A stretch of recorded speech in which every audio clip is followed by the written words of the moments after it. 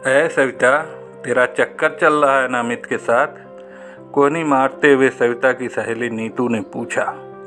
सविता मुस्कुराते हुए बोली, हाँ सही है। और एक बात बताऊं, हम जल्दी ही शादी भी करने वाले हैं। अमित से शादी करके तो महलों की रानी बन जाएगी। अच्छा हुआ सब छोड़, देख उधर तेरा आशिक बैजू कैसे तुझे हसरत भरी नज़रों से देख रहा है, नीतू ने मजाक में कहा, क्योंकि वह जानती थी कि बैजू को देखना तो क्या, सविता उसका नाम भी सुनना तक पसंद नहीं करती। सविता चिढ़ उठी। वह कहने लगी, तू जानती है कि बैजू मुझे जरा भी नहीं भाता, फिर भी तू क्यों मुझे उसके साथ जोड़ती रहती है? अरे पगली, मैं तो मजाक कर रही थी, और तू है कि अच्छा अब से नहीं करूँगी बस। अपने दोनों कान पकड़ते हुए नीतू बोली, पक्का ना? अपनी आंख तरेरते हुए सविता बोली, कहाँ मेरा अमित इतना पैसे वाला और हैंडसम, और क्या कहाँ या निठल्ला बैजू। सच कहती हूँ नीतू, इसे देखकर मुझे घिन आती है। बिमला चाची दिन भर खट कर कमाती रहती हैं और यह कमकोढ़ी बैजू गांव के चौराहे पर बैठकर पान खैनी चबाता रहता है। बोझ है यह धरती पर। चुप चुप, देख बिमला मौसी इधर ही आ रही हैं। अगर उनके कान में अपने बेटे के खिलाफ एक भी बात पड़ गई ना, तो समझ ले हमारी खैर नहीं, नीतू बोली। सविता बोली, पता है मुझे, यही वजह है कि यह बैजू निठल्ला हो गया। बिमला की जान अपने बेटे बैजू में ही बसती थी। दोनों माँ बेटा ही एक दूसरे का सहारा थे। बैजू जब 2 साल का था तभी उसके पिता चल बसे थे। सिलाई कढ़ाई का काम करके किसी तरह बिमला ने अपने बेटे को पाल पोस कर बड़ा किया। बिमला के लाड़ प्यार में बैजू इतना आलसी और निकम्मा बनता जा रहा था कि न तो उसका पढ़ाई लिखाई में मन लगता था और न ही किसी काम में।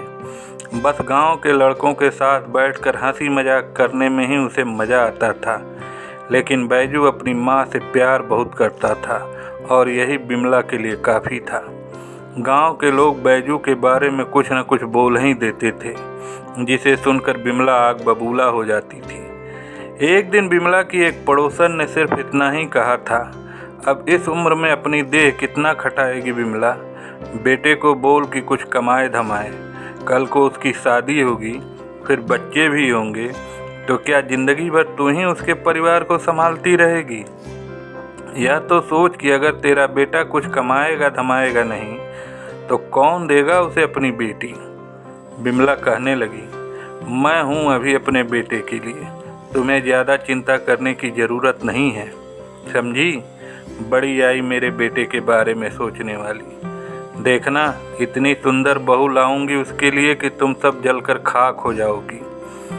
सविता के पिता राम कृपाल डाकिया थे। घर घर जाकर चिट्ठियां बांटना उनका काम था, पर वे अपने दोनों बेटियों को पढ़ा लिखा कर काबिल बनाना चाहते थे। उनकी दोनों बेटियां थी भी पढ़ने में होशियार, लेकिन उन्हें यह पता नहीं था कि उनकी बड़ी बेटी सविता अमित नाम के एक लड़के से प्यार करती है और वह उससे शादी के सपने भी देखने लगी है। यह सच था कि सविता अपने अमित से बहुत प्यार करती थी, पर अमित उससे नहीं बल्कि उसके जिस्म से प्यार करता था। वह अक्सर यह कहकर सविता के साथ जिस्मानी संबंध बनाने की जिद करता कि जल्द ही वह अपने माँ बाप से दोनों की शादी की बात करेगा। नादान सविता ने उनकी बातों में आकर अपना तन उसे सौंप दिया। जवानी के जोश में आकर दोनों ने यह नहीं सोचा कि इसका नतीजा कितना बुरा हो सकता है, और हुआ भी। जब सविता को पता चला कि वह अमित के बच्चे की माँ बनने वाली है। जब सविता ने यह बात अमित को बताई तो शादी करने को कहा, तो वह कहने लगा, क्या मैं तुम्हें बेवकूफ़ दिखता हूँ जो चली आई यह बताने कि तुम्हारे पेट में मेरा बच्चा है?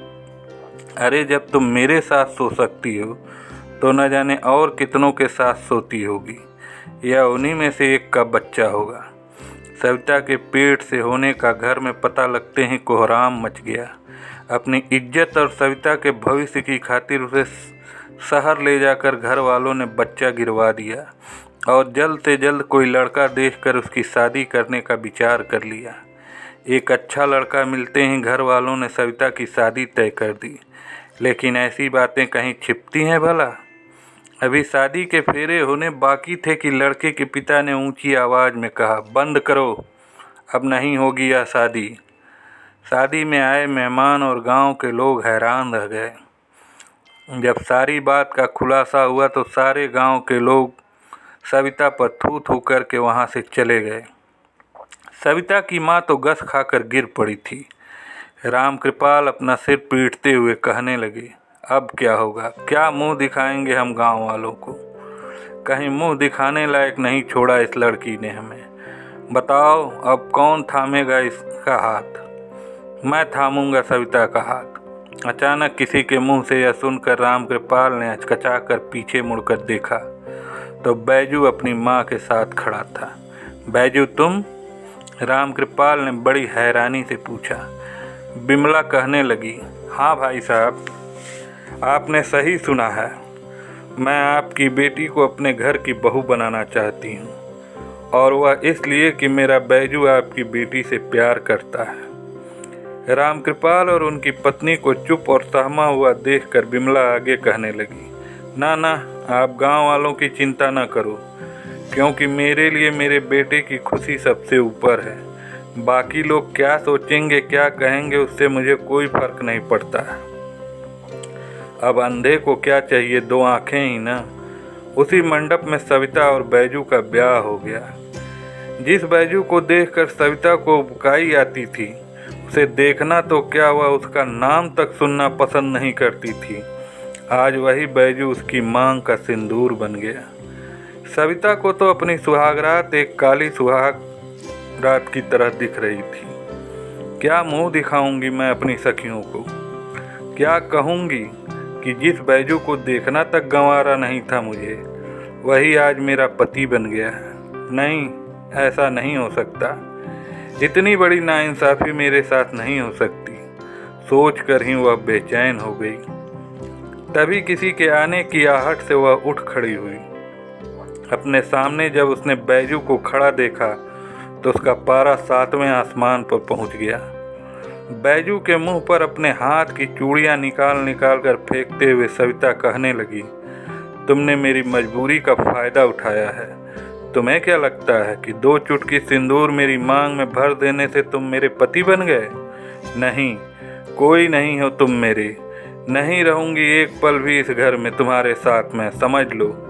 बैजू चुपचाप सब सुनता रहा। एक तकिया लेकर उसी कमरे में एक कोने में जाकर सो गया। सविता ने मन ही मन फैसला किया कि सुबह होते ही वह अपने घर चली जाएगी। तभी उसे अपने माता पिता की कही बातें याद आने लगीं। अगर आज बैजू न होता तो शायद हम मर जाते, क्योंकि तुमने तो हमें जीने लायक छोड़ा ही नहीं था। हो सके तो अब हमें बख्श देना बेटी, क्योंकि अभी तुम्हारी छोटी बहन की भी शादी करनी है हमें। कहाँ ठिकाना था अब उसका इस घर के सिवा? कहाँ जाएगी वह? बस यह सोचकर सविता ने अपने बढ़ते कदम रोक लिए। सविता इस घर में पल पल मर रही थी। उसे अपनी ही जिंदगी नरक लगने लगी थी, लेकिन इन सब की जिम्मेदार भी तो वही थी।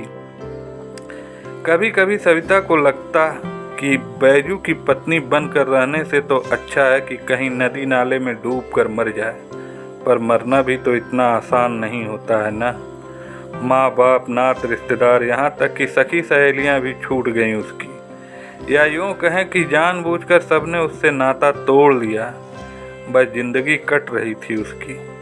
सविता को उदास और सहमा हुआ देखकर हंसने मुस्कुराने वाला बैजू भी उदास हो जाता था। वह सविता को खुश रखना चाहता था, पर उसे देखते ही वह ऐसे चिल्लाने लगती थी जैसे कोई भूत देख लिया हो।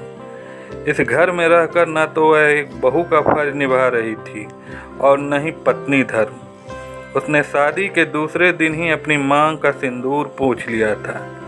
शादी हुए कई महीने बीत चुके थे, पर इतने महीनों में न तो सविता के माता पिता ने उसकी कोई खैर खबर ली और न ही कभी उससे मिलने आए। क्या क्या सोच रखा था सविता ने अपने भविष्य को लेकर, पर पल भर में सब चकनाचूर हो गया था। शादी के इतने महीनों बाद भी भले ही सविता ने प्यार से मेरी तरफ एक बार भी न देखा हो, पर पत्नी तो वह मेरी ही है ना। और यही बात मेरे लिए काफ़ी है। यही सोच सोच कर बैजू खुश हो उठता था। एक दिन न तो बिमला घर पर थी और न ही बैजू। तभी अमित वहाँ आ धमका। उसे यूं अचानक अपने घर आया देख सविता हैरान रह गई। वह गुस्से से तमतमाते हुए बोली, तुम्हारी हिम्मत कैसे हुई यहाँ आने की? अमित कहने लगा, अब इतना भी क्या गुस्सा, मैं तो यह देखने आया था कि तुम बैजू के साथ कितनी खुश हो। वैसे तुम मुझे शाबाशी दे सकती हो। अरे ऐसे क्या देख रही हो, सच ही तो कह रहा हूँ कि आज मेरी वजह से तुम यहाँ इस घर में हो। सविता हैरानी से बोली, तुम्हारी वजह से? क्या मतलब? अरे मैंने ही तो लड़के वालों से हमारे संबंधों के बारे में बताया था, और यह भी कि तुम मेरे बच्चे की माँ भी बनने वाली हो। सही नहीं किया क्या मैंने? अमित बोला। सविता यह सुनकर हैरान रह गई। वह बोली, तुमने ऐसा क्यों किया? बोलो न, जानते हो सिर्फ तुम्हारी वजह से आज मेरी ज़िंदगी नरक बन चुकी है। क्या बिगाड़ा था मैंने तुम्हारा? बड़ा याद आता है मुझे तेरा यह गोरा बदन। सविता के बदन पर अपना हाथ फेरते हुए अमित कहने लगा। तो वह दूर हट गई। अमित बोला, सुनो, हमारे बीच जैसा पहले चल रहा था चलने दो। मतलब? सविता ने पूछा। हमारा जिस्मानी संबंध, और क्या। मैं जानता हूँ कि तुम मुझसे नाराज़ हो, पर मैं हर लड़की से शादी तो नहीं कर सकता ना। अमित बड़ी बेशर्मी से बोला। मतलब तुम्हारा संबंध कईयों के साथ रह चुका है? छोड़ो वो सब पुरानी बातें, चलो फिर से हम जिंदगी के मज़े लेते हैं। वैसे भी अब तो तुम्हारी शादी हो चुकी है, इसलिए किसी को भी हम पर शक नहीं होगा, कहता हुआ हद पार कर रहा था अमित। सविता ने अमित के गाल पर एक जोर का तमाचा दे मारा और कहने लगी, क्या तुमने मुझे धंधे वाली समझ रखा है? माना कि मुझसे गलती हो गई तुम्हें पहचानने में, पर मैंने तुमसे प्यार किया था और तुमने क्या किया? अरे तुमसे अच्छा तो बैजू निकला, क्योंकि उसने मुझे और मेरे परिवार को दुनिया की रुसवाइयों से बचाया। जाओ यहाँ से, निकल जाओ मेरे घर से, नहीं तो मैं पुलिस को बुलाती हूँ। कहकर सविता घर से बाहर जाने लगी कि तभी अमित ने उसका हाथ अपनी ओर जोर से खींचा। तेरी यह मजाल कि तू मुझ पर हाथ उठाए, पुलिस को बुलाएगी? अभी बताता हूँ। कहकर उसने सविता को जमीन पर पटक दिया और खुद उसके ऊपर चढ़ गया। खुद को लाचार पाकर सविता डर गई। उसने अमित की पकड़ से खुद को छुड़ाने की पूरी कोशिश की, पर हार गई। मिन्नतें करते हुए वह कहने लगी, मुझे छोड़ दो, ऐसा मत करो। पर अमित तो अब हैवानियत पर उतारू हो चुका था। तभी अपनी पीठ पर भारी भरकम मुक्का पड़ने से वह चौंक उठा। पलट कर देखा तो सामने बैजू खड़ा था। तो बैजू बोला। अमित हंसते हुए कहने लगा, नामर्द कहेंगे, चल हट। इतना कहकर वह फिर सविता की तरफ लपका। इस बार बैजू ने उसके मुंह पर एक ऐसा जोर का मुक्का मारा कि उसके होंठ फट गए और खून निकल आया। अपने बहते खून को देख अमित तमतमा गया और बोला, तेरी इतनी मजाल कि तू मुझे मारे? कहकर उसने अपनी पिस्तौल निकाल ली और तान दी सविता पर। अमित बोला, आज तो इसके साथ मैं ही अपनी रातें रंगीन करूँगा। पिस्तौल देखकर सविता की सिट्टी पिट्टी गुम हो गई। बैजू भी दंग रह गया। वह कुछ देर रुका, फिर फुर्ती से यह कहकर अमित की तरफ लपका, तेरी इतनी हिम्मत कि तू मेरी पत्नी पर गोली चलाए? पर तब तक तो गोली पिस्तौल से निकल चुकी थी, जो बैजू के पेट में जा लगी। बैजू के घर लड़ाई झगड़ा होते देख शायद किसी ने पुलिस को बुला दिया था। अमित वहाँ से भागता उससे पहले ही वह पुलिस के हत्थे चढ़ गया। खून से लथपथ बैजू को तुरंत गांव वालों ने अस्पताल पहुंचाया। घंटों ऑपरेशन चला। डॉक्टर ने कहा गोली तो निकाल दी गई है, लेकिन जब तक मरीज को होश नहीं आ जाता कुछ कहा नहीं जा सकता। बिमला का रो रो कर बुरा हाल था। गांव की औरतें उसे हिम्मत दे रही थीं, पर वे यह भी बोलने से नहीं चूक रही थीं कि बैजू की इस हालत का जिम्मेदार सविता है। सच ही तो कह रहे थे सब। बैजू की इस हालत की जिम्मेदार सिर्फ मैं ही हूँ। जिस बैजू से मैं हमेशा नफरत करती रही, आज उसी ने अपनी जान पर खेल कर मेरी जान बचाई है। अपने मन में ही बातें कर रही थी सविता। तभी नर्स ने आकर बताया कि बैजू को होश आ गया है। बैजू के पास जाते देख विमला ने सविता का हाथ पकड़ लिया और कहने लगी, नहीं, तुम अंदर नहीं जाओगी। आज तुम्हारी वजह से ही मेरा बेटा यहाँ पड़ा है। तुम मेरे बेटे के लिए काला साया है। गलती हो गई मुझसे जो मैंने तुझे अपने बेटे के लिए चुना। आप सविता हैं ना? तभी नर्स ने आकर पूछा। डबडबाई आंखों से वह बोली, जी मैं ही हूँ। अंदर जाइए, मरीज आपको पूछ रहे हैं। नर्स के कहने से सविता चली तो गई, पर सास विमला के डर से वह दूर खड़ी बैजू को देखने लगी। उसकी ऐसी हालत देख वह रो पड़ी। बैजू की नज़रें जो कब से सविता को ही ढूंढ रही थीं, देखते ही इशारों से उसे अपने पास बुलाया और धीरे से बोला, कैसी हो सविता? अपने आंसू पोंछते हुए सविता कहने लगी, क्यों तुमने मेरी खातिर खुद को जोखिम में डाला बैजू? मर जाने दिया होता मुझे। बोलो ना, किस लिए मुझे बचाया? कहकर वह वहाँ से जाने को पलटी ही थी कि बैजू ने उसका हाथ पकड़ लिया और बड़े गौर से उसकी मांग में लगे सिंदूर को देखने लगा। हाँ बैजू, यह सिंदूर मैंने तुम्हारे ही नाम का लगाया है।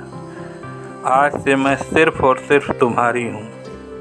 कहकर वह बैजू से लिपट गई। आशा करता हूँ कि आपको यह कहानी अच्छी लगी होगी, तो आप मुझे लाइक और कमेंट करके ज़रूर बताएंगे। और हाँ, इस चैनल को ज़रूर सब्सक्राइब कर लें ताकि हमारी आने वाली कहानियों का नोटिफिकेशन आपको तुरंत मिलती रहे। धन्यवाद।